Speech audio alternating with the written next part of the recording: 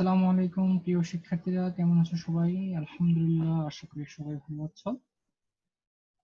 আমরা রসায়ন দ্বিতীয় পত্রের তৃতীয় অধ্যায় অর্থাৎ পরিমাণগত রসায়ন চ্যাপ্টার নিয়ে আলোচনা করছি। আজকে আমরা একটা বোর্ড কোশ্চেন সলভ করব।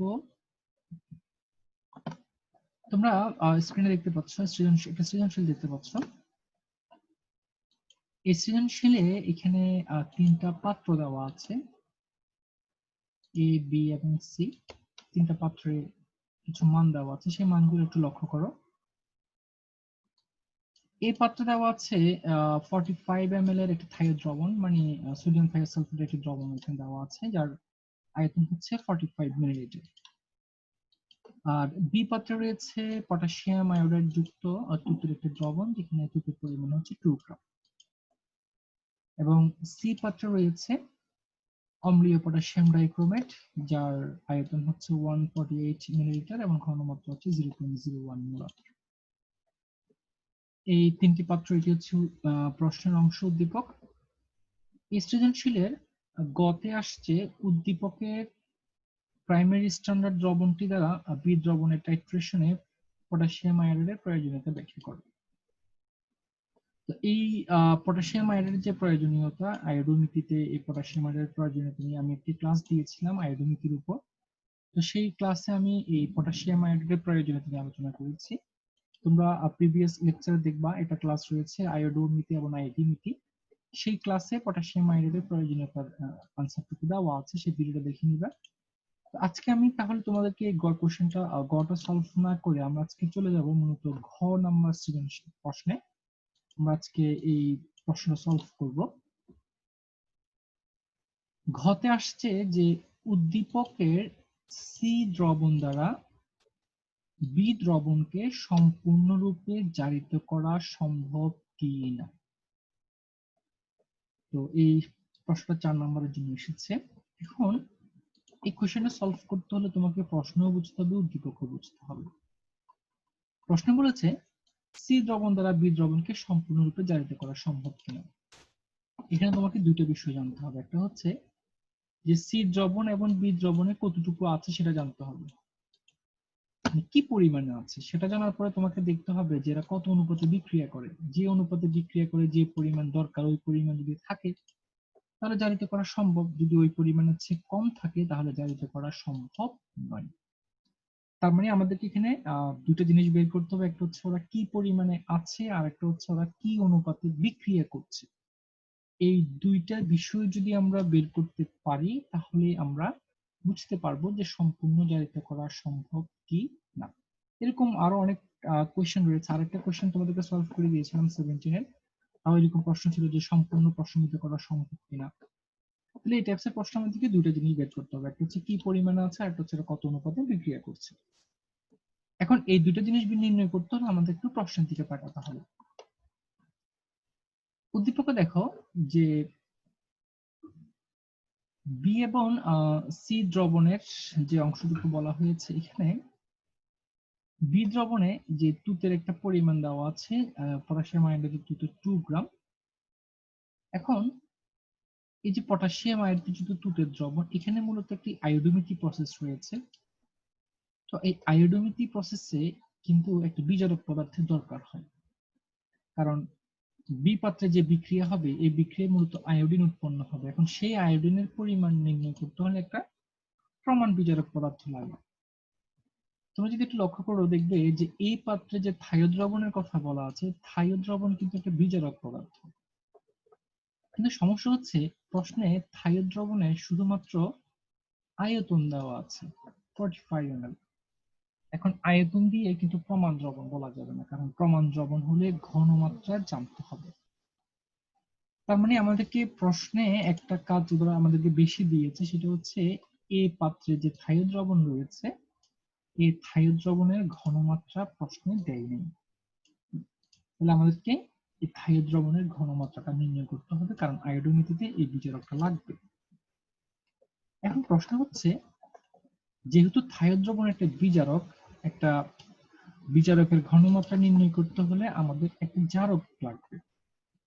তোমরা একটু প্রশ্নের দিকে লক্ষ্য করলে দেখবে যে সি দ্রবণ হচ্ছে অম্লীয় পটাশিয়াম ডাইক্রোমেট। আর আমরা জানি যে এই পটাশিয়াম ডাইক্রোমেট অম্লীয় মাধ্যমে জারক হিসাবে কাজ করে।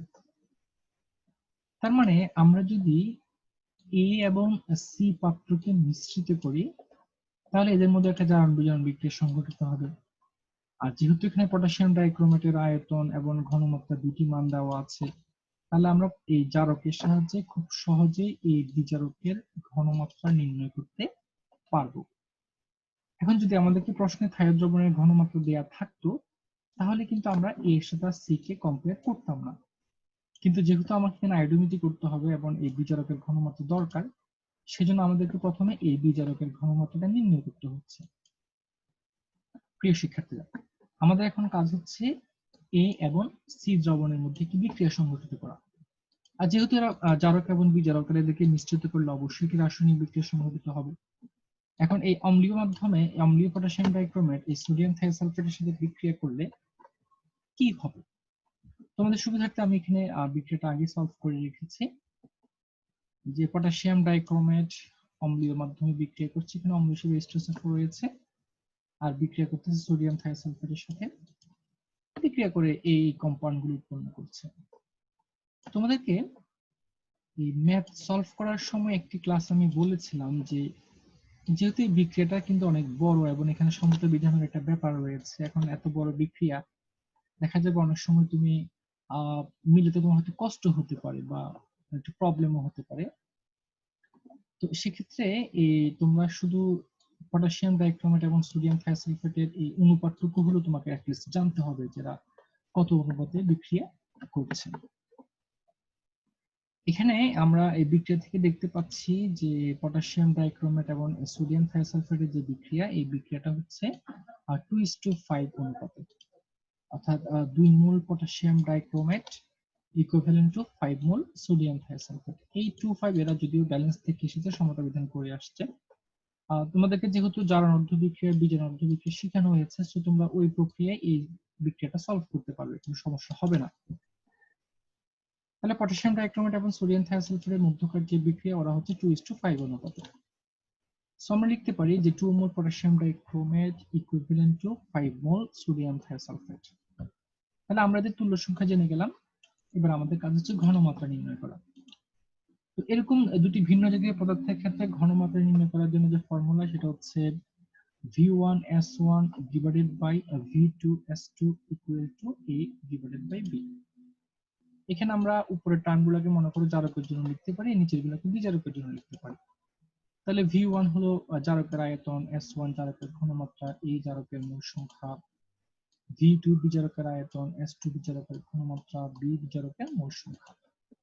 এখন এই প্রয়োজনীয় মানগুলো কিন্তু প্রশ্নে দেওয়া আছে। তোমরা দেখবা যে পটাশিয়াম ডাইক্রোমেটের ক্ষেত্রে আয়তনের মান মানে V1 দেওয়া আছে 148 ml, S1 দেওয়া আছে 0.01, তারপরে থাই দ্রবণের ক্ষেত্রে V2 দেওয়া আছে 45 ml, আর আমরা S2 নির্ণয় করব এবং মোল সংখ্যা দেওয়া আছে পটাশিয়াম ডাইক্রোমেট সমীকরণ থেকে পাচ্ছি 2 মোল, তার মানে A এর মান হচ্ছে 2, আর সোডিয়াম থাইসালফেট বিজারকের মোল সংখ্যা B এর মান হচ্ছে 5। অর্থাৎ আমরা এই সূত্রে V1 S1 A এগুলোকে জারকের জন্য ধরলাম, আর V2 S2 B এগুলোকে বিজারকের জন্য ধরলাম। তুমি চাইলে নিজের মধ্যে করে চেঞ্জ করে নিতে পারবে, তবে খেয়াল রাখবে ধরলে উপরে সবগুলো জারক বা সবগুলো বিজারক হিসেবে ধরতে হবে, এলোমেলো ভাবে র্যান্ডমলি ধরা যাবে না।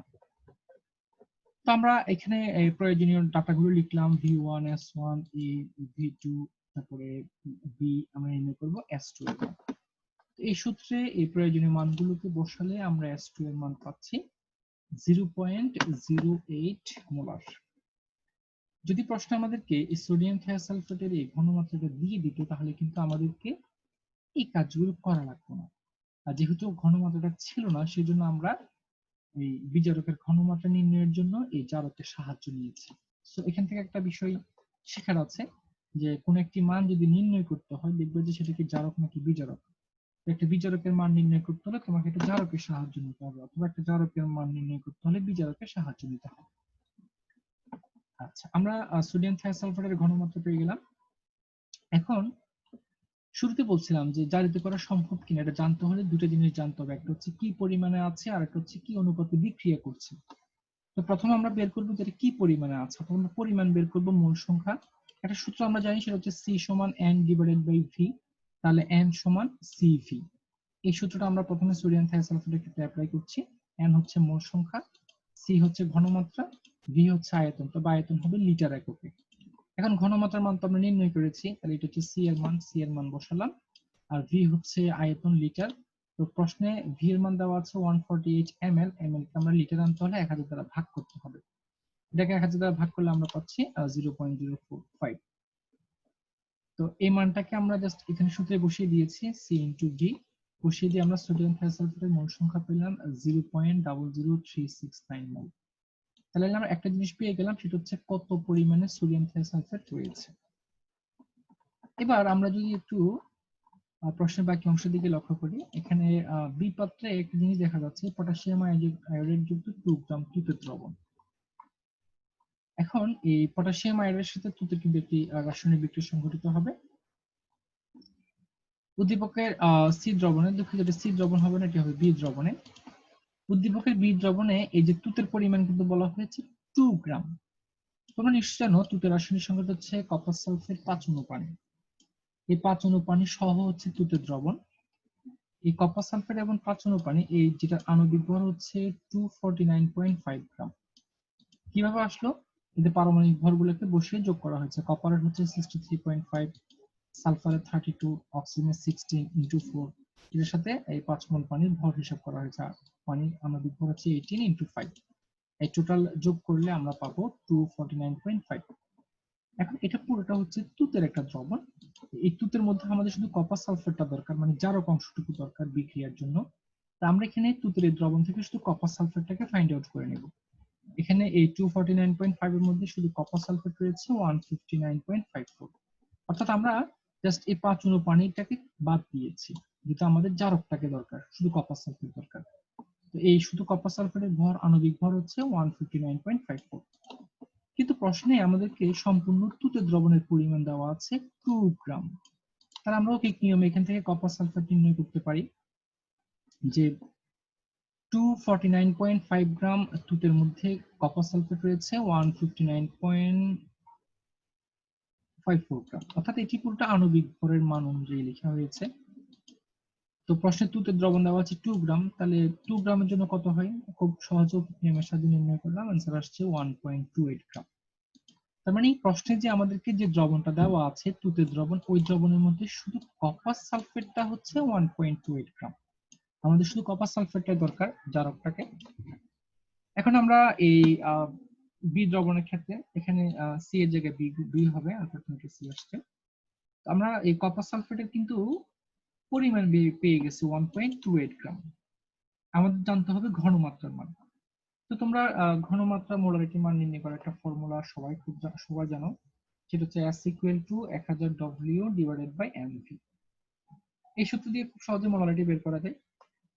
W এর মান, এই যে W এর মান নির্ণয় করেছি 1.28 গ্রাম, এটা হচ্ছে W এর মান। তাহলে বসালাম। M হচ্ছে আণবিক ভর, কপার সালফেটের আণবিক ভর হচ্ছে এটা 159.54। V হচ্ছে আয়তন। এখানে কপার সালফেটের যে তুতের যে আয়তন সেটি প্রশ্ন দেওয়া ছিল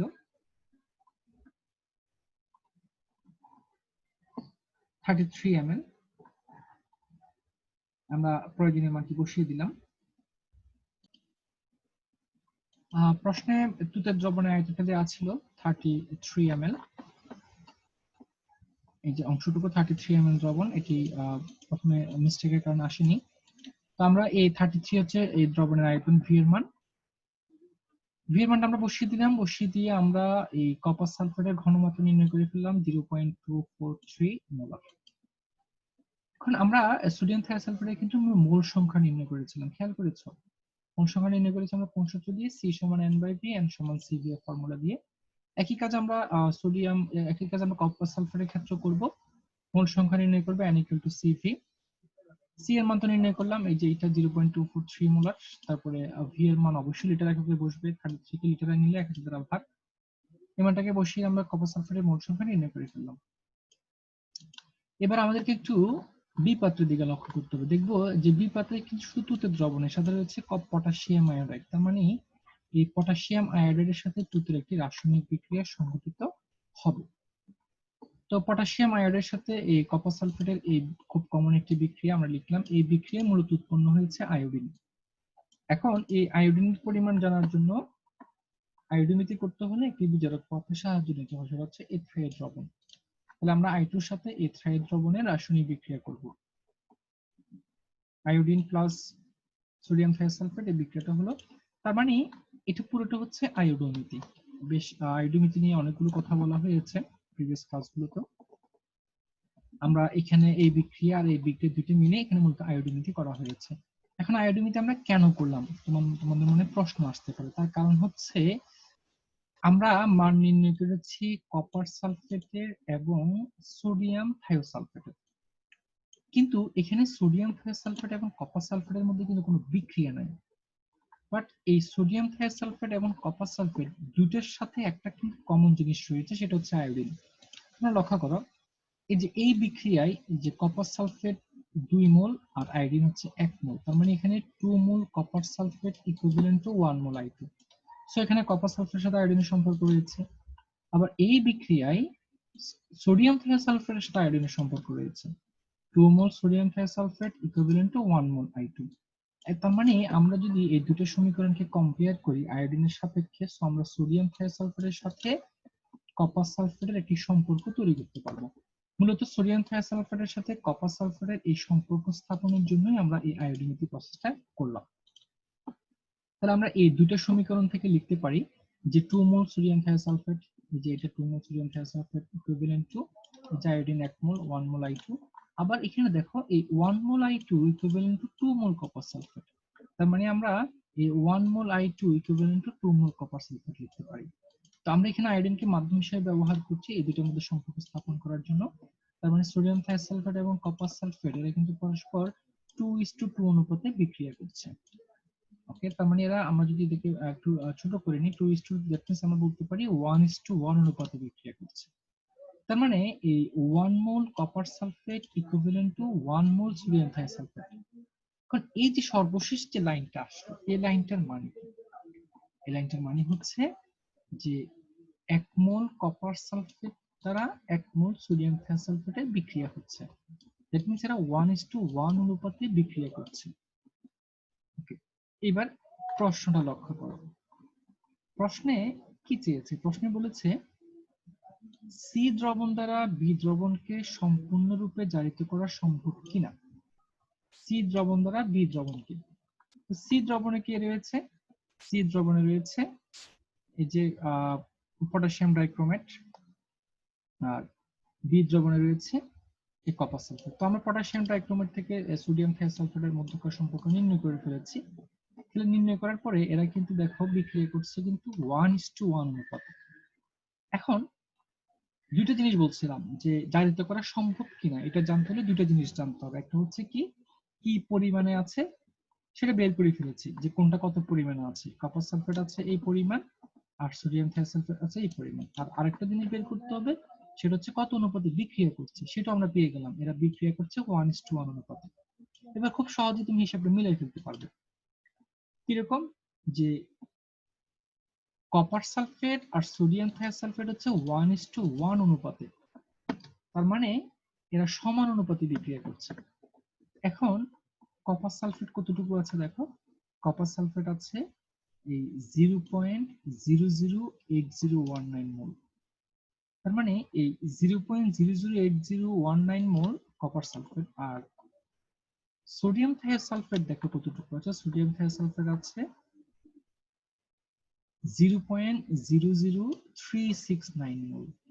এখন একটা জিনিস দেখো যে কপার সালফেটটা কিন্তু পরিমাণে বেশি আছে, আর সোডিয়াম থায়োসালফেটটা পরিমাণে কি আছে, কম আছে না। তার মানে যেহেতু 1:1 অনুপাতে বিক্রিয়া হচ্ছে, এই যে সমীকরণ 1:1 অনুপাতে বিক্রিয়া হচ্ছে, তো এই 0.008019 ঠিক সোডিয়াম থায়োসালফেটের 0.008019 কে প্রশমিত করতে পারবে, যেহেতু সমান সমান 1:1। কিন্তু সোডিয়াম থায়োসালফেট আছে কতটুকু, 0.00369। তার মানে কপার সালফেট যতটুকু প্রশমিত করতে পারবে সোডিয়াম থায়োসালফেট তার থেকে কিন্তু কম আছে। ব্যাপারটা এরকম যে তুমি মনে করো যে 1 কেজি আম কিনবে, এখন 1 কেজি আমের মূল্য